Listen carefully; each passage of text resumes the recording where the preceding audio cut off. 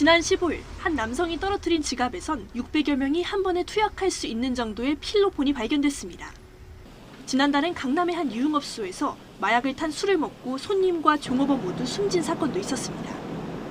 관련 보도만 늘어나는 게 아니라 실제 마약 범죄도 눈에 띄게 증가했습니다. 지난해 검찰이 압수한 마약은 모두 1,295kg.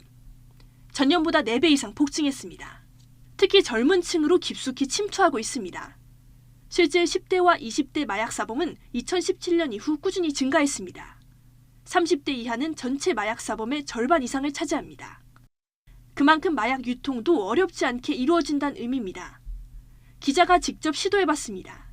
SNS에 마약 관련 은어를 검색하니 관련 글이 쏟아졌습니다. 적혀있는 방법을 달았더니 곧바로 마약 구매 인증글이 쏟아지는 채팅방에 입장합니다. 지역별 판매 가능한 마약과 대금을 치르는 법, 심지어 마약 보관 방법까지 자세히 적혀 있습니다. 여기까지 불과 30초도 걸리지 않습니다.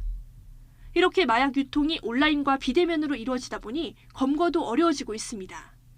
이 마약 수사 초창기에는 이렇게 대면에서 물건과 돈을 이렇게 서로 맞교환하는 핸들링 방식으로 많이 이루어졌고요. 이런 매체물들을 잘 다루는 젊은 층들이 범행의 도구로 쉽게 이용하고 있기 때문에 검찰이 최근 마약 범죄에 대한 강경 대응을 예고한 이유기도 합니다.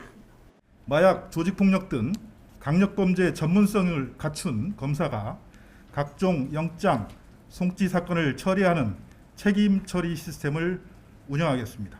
특히 10대, 20대 상대 마약 유통 조직은 가중 처벌하겠습니다. 강력한 처벌로 마약 범죄를 뿌리 뽑긴 불가능합니다. 무엇보다 단 30초면 마약에 접근할 수 있지만 그로 인해 자신의 평생의 삶을 잃을 수 있다는 걸 잊지 말아야 할 겁니다. YTN 강민경입니다.